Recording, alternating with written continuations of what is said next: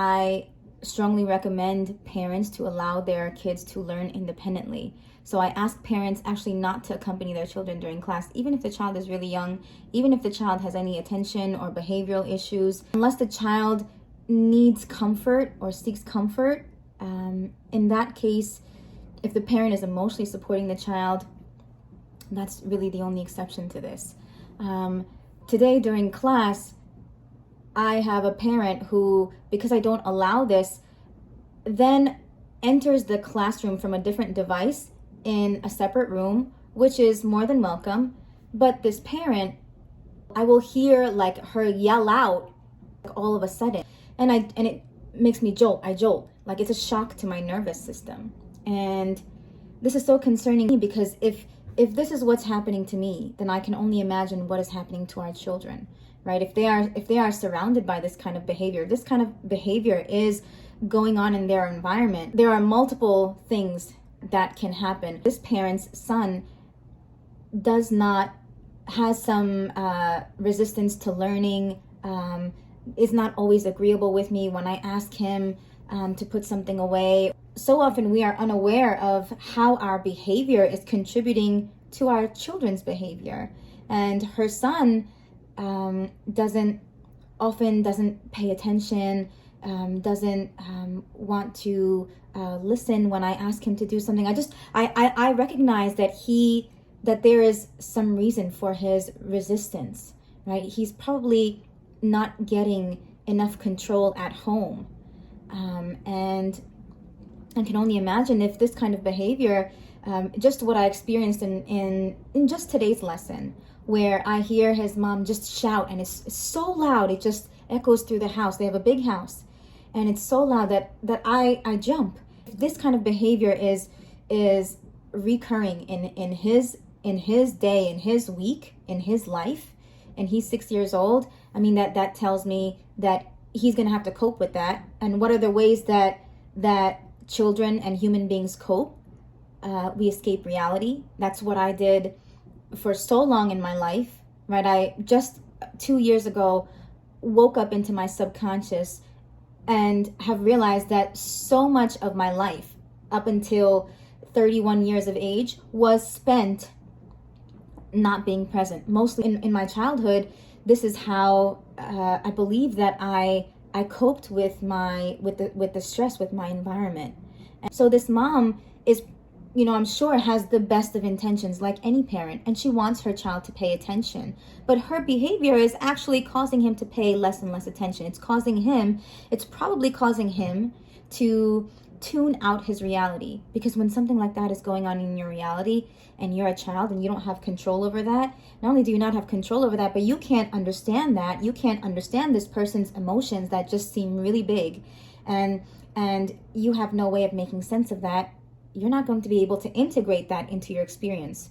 So now this worry, this concern that you have, this lack of safety that you feel will now take over your attention. It will cause you to then act out what you don't consciously understand. So children then actually act out this lack of integration because they can't make sense of it. They're not at peace with it, but their body understands trauma. Their body feels trauma. So their body is just acting out what is not integrated into their mind. Even in the best of our intentions, we don't understand how we could be not only contributing to the problematic behavior that we perceive in our child, but also we are causing damage to their physical health, their mental health, their emotional health, right? All of these things, when even in just our interaction with our children, if they are not able to integrate, right, what they feel from us. So if I'm very loud, if I'm very angry, if I'm anxious, and all of that comes out in my interaction with a child, and I don't actually talk about my interaction with the child, I don't repair, I don't help the child make sense of, I don't apologize to the child, I don't help the child recognize that my behavior is actually not my best way of interacting with the child, first of all, that child will think that everybody behaves that way. That child will come to expect that behavior from other people, and that child will also think that it's okay to behave that way. So that child may also mimic those same behaviors. That just adds on to the layers of trauma for that child, right? But what happens is this child is now unable to integrate mommy or daddy or a significant adult in their life. They are not able to integrate this experience with that adult, and this energy doesn't go anywhere. It doesn't go anywhere. It doesn't leave the body, right? This tension that they feel in the body manifests in the body, right? Which is not good for their physical health.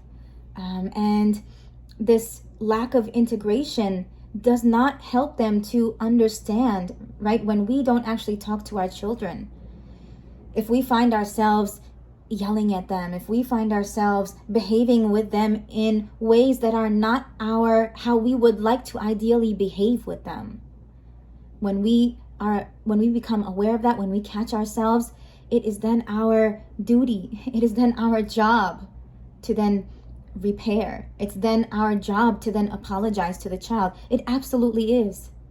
If we want the best for them, if we want them to be able, if we want them to be emotionally healthy, as physically healthy, as mentally healthy as possible, if we want those things for our child, then we have to take the initiative. We have to take the opportunity to repair with our child, to actually not only repair, but then to think about, to reflect on, because before we repair, we have to reflect on our own behavior. And I think many of us are in the dark, are completely unaware about how our behavior is contributing to a child's health in every way. And so it's so important to think about how we are interacting with our children and what messages they are receiving from that interaction, and if they are able to, if we are helping them make sense of our interaction with them, right? Especially if it's negative, especially if we are not behaving in ways that we would like to see ourselves behave. And that's going to happen, right? Because we're human. Our children are here to raise us too. They're here to help us with our own trauma, help us heal their own trauma, and they are going to be our mirrors.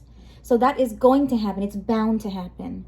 But it's really important that we take the opportunity to repair with them and help them to actually integrate their experiences with us, because that will make them better. It will make them healthier. It will make them stronger. It will make them have a better life.